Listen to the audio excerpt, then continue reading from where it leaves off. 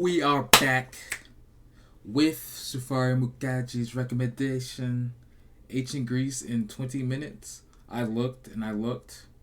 I could only find Ancient Greece in 18 minutes. If there is a 20-minute one, you're going to have to link it to me. But 18 minutes, it's got to be close enough, even though it's 17 minutes, 38 seconds. Let's go.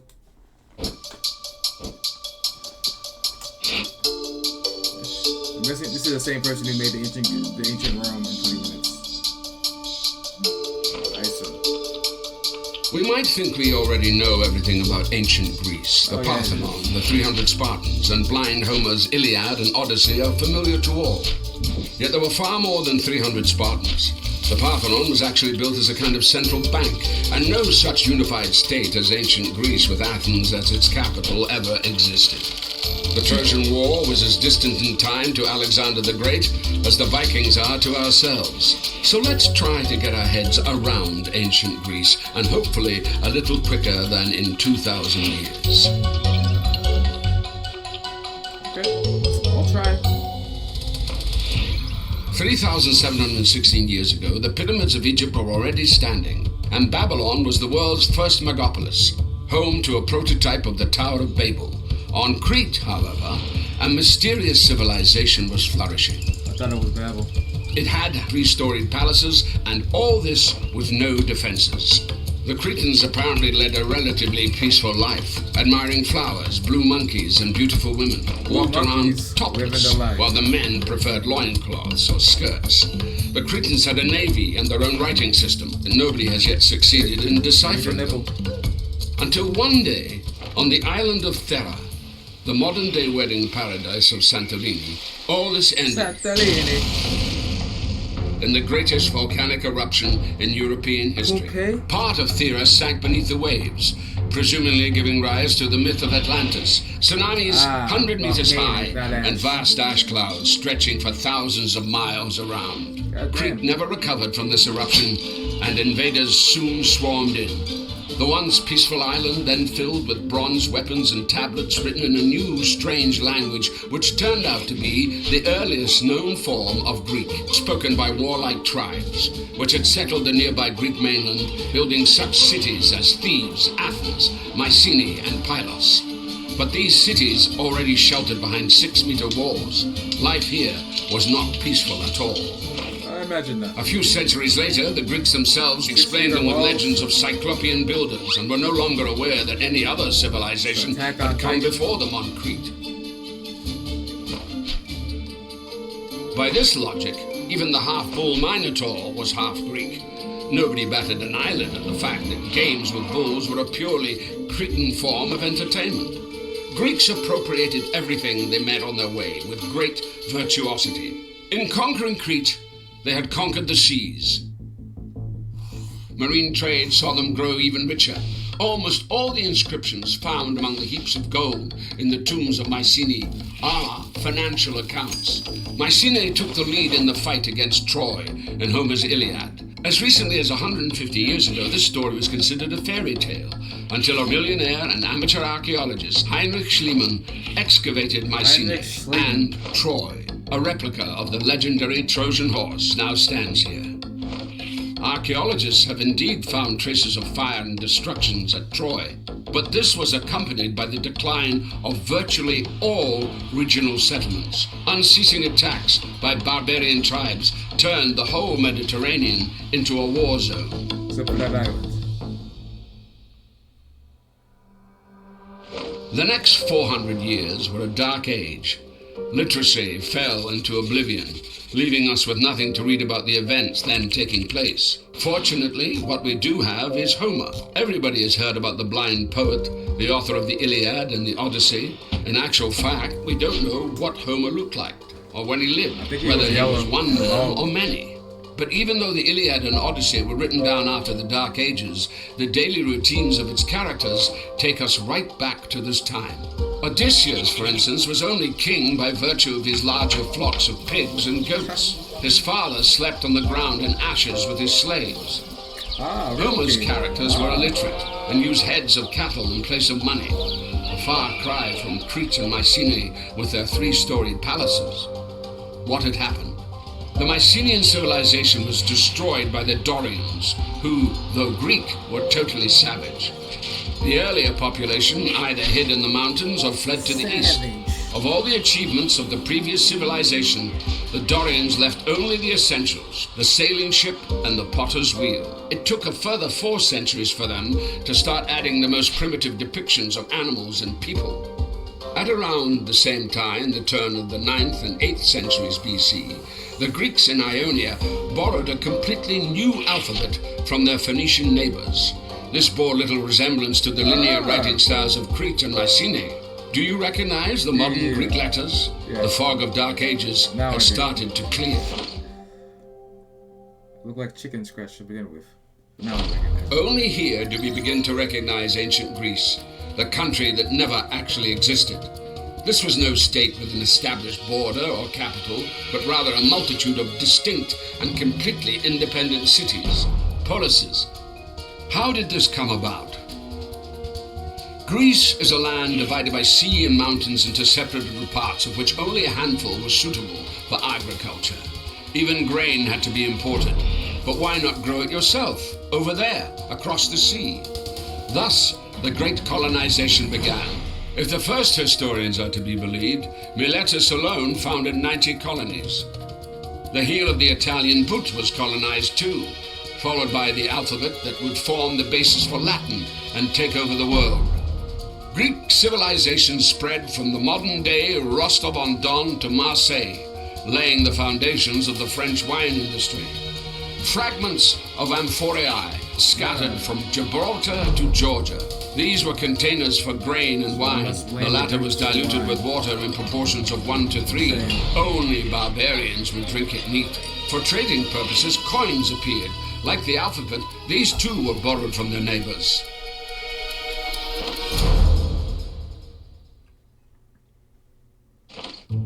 According to Plato, a few centuries saw the Greeks settled around the Mediterranean like frogs around a pond. And yet, 2 cities, Athens and Sparta, almost did not participate in colonization. The Spartans descended from the warlike Dorians that had destroyed the Mycenaean civilization. They solved the land issue by conquering their neighbors in the broad, fertile region of Messenia. The locals were declared helots, something midway between slaves and serfs, and greatly outnumbered the Spartans proper. Sparta transformed from an ordinary polis into a military camp, whose main task was the prevention of any uprising. Things were quite different in Athens. Land hunger there had forced the aristocracy and the people to come to terms, and from this, democracy was born. But first, the tyrants took power. A Greek tyrant did not necessarily terrorize people, rather the opposite. Typically, he was an aristocrat who had quarreled with his peers, holding out promises of a better life. He used the common people's support to seize power by force. From then on, all his energies were focused on retaining power. The tyrant therefore made no reforms and simply drove any rival aristocrats from the polis. To divert the attention of the populace, tyrants introduced and fostered new festivals and cults. The dissatisfied could perish in the brazen bull. But you can't roast everyone. The tyrants were overthrown, and the suppressed aristocracy attempted to negotiate with the people, giving birth to Greek democracy. If an ancient Greek were to see modern democracy, he would just say one word: oligarchy. Ancient democracy was direct, with no representatives. If a polis had 6,000 citizens, they could all freely participate in the assembly. Admittedly, the number of citizens was less than a quarter of all residents, excluding slaves, women, and the migrant workers called metics. By the middle of the 6th century, the Ionian cities were most advanced, eclipsing Athens and Sparta. They were the first to master such Eastern innovations as the alphabet, coinage, mathematics, naval fleets, and complex trade logistics. Meanwhile, a sudden threat appeared to their rear: the vast Persian Empire. I have seen this movie. Miletus still hoped to preserve its independence, and with Athenian aid attempted to resist. Unfortunately, this was in vain, and the Persians torched the city and pressed on. Their attempts to subdue Greece lasted 20 years. We owe our knowledge of this to the first historian, Herodotus, According to his account, as many Greeks fought for the Persians as supported Athens and Sparta. How did they win? The first reason was military innovation. At the Battle of Marathon, the Greeks used the phalanx, a body of troops fighting in close formation. The Persians allegedly lost 6,400 men, and the Athenians a mere 192, plus the messenger who ran the 42,192 meters to Athens to announce the victory, after which he dropped dead. The second reason was already becoming a meme. At the narrow coastal pass of Thermopylae, King Leonidas led the 300 Spartans, who held back hundreds and thousands of Persians for 3 days. Sure, a few thousand Greeks from other cities and their helot subjects were a big help, yet the Spartan spirit was key. Not for nothing did they live in barracks, even during times of peace. And the third reason was the fleet. Several years prior to the invasion, silver deposits had been found near Athens. This windfall might have been spent on anything, but it was decided to put towards a construction of 200 triremes, fast and maneuverable warships with 3 rows of oars. Thanks to this new naval force, the Greeks broke the Persians in a decisive naval battle. A counter-offensive began. The Greeks of Sicily defeated their old rival, Carthage. A scattered array of forces thus defended the territory in which classical Greek culture was born.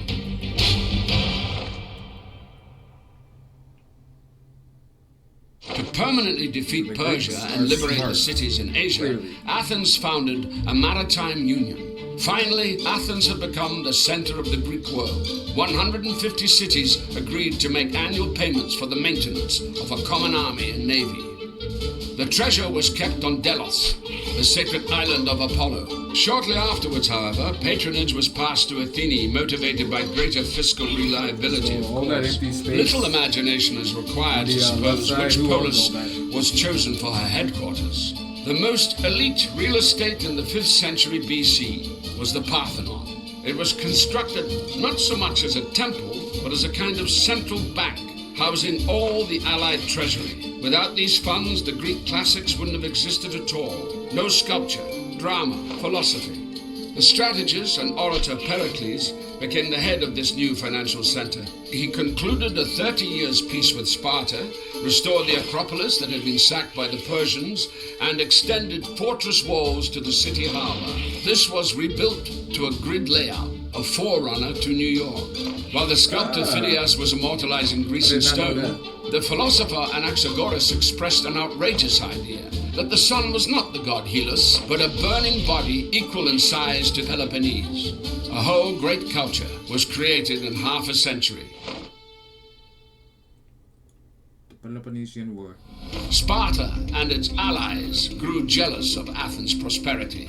A cold war had smoldered between them ever since the victory over the Persians, and things warmed up in 431 BC. The Spartans and their allies besieged impregnable Athens. Its inhabitants took cover behind the walls. The grain supply from Africa was cut off, and those shipments that made it through brought either typhus or the plague. Even Pericles himself perished.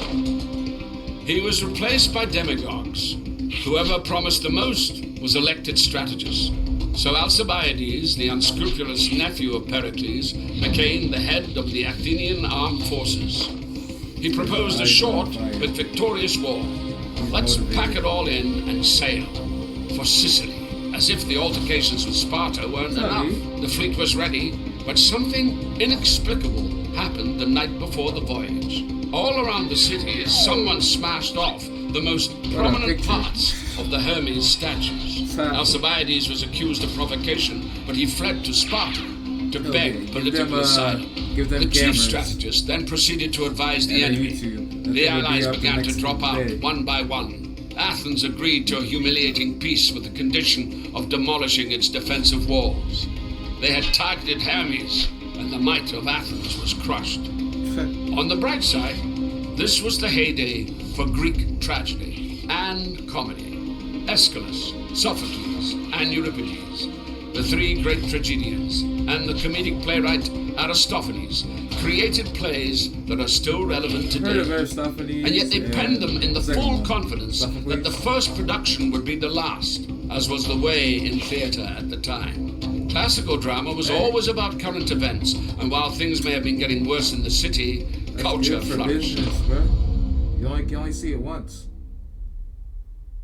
There was no winner in the Peloponnesian War.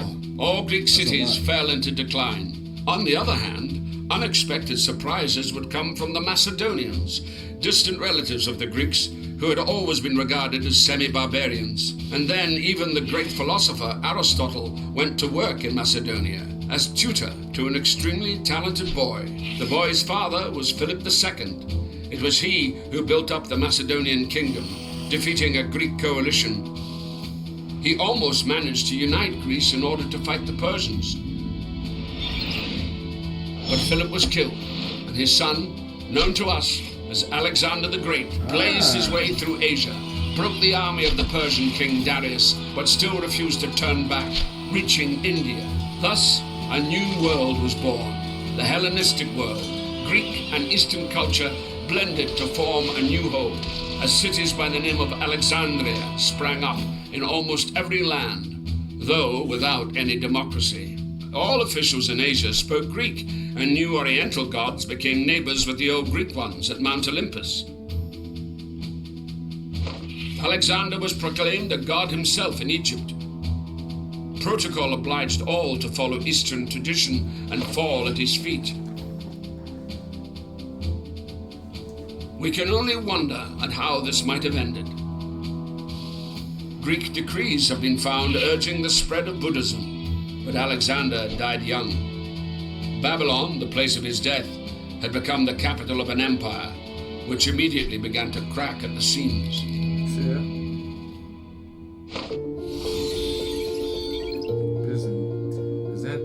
While the successors of Alexander warred with one another, a new ambitious power was growing in the West. In 146 BC, the Romans conquered Greece, and in 30 BC, they conquered the last stronghold of Hellenism, Egypt. But Greek culture was victorious even here. Spread by the Romans, it finally conquered the world. Romans began to read the Iliad and Odyssey in Greek, followed by the Greek New Testament too.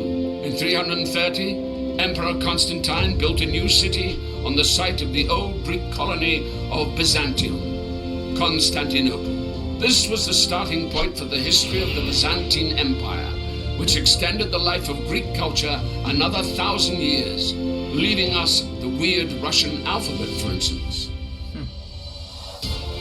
Did you like our video? We have another one, this time about ancient Rome. Or I've seen the ancient Rome one.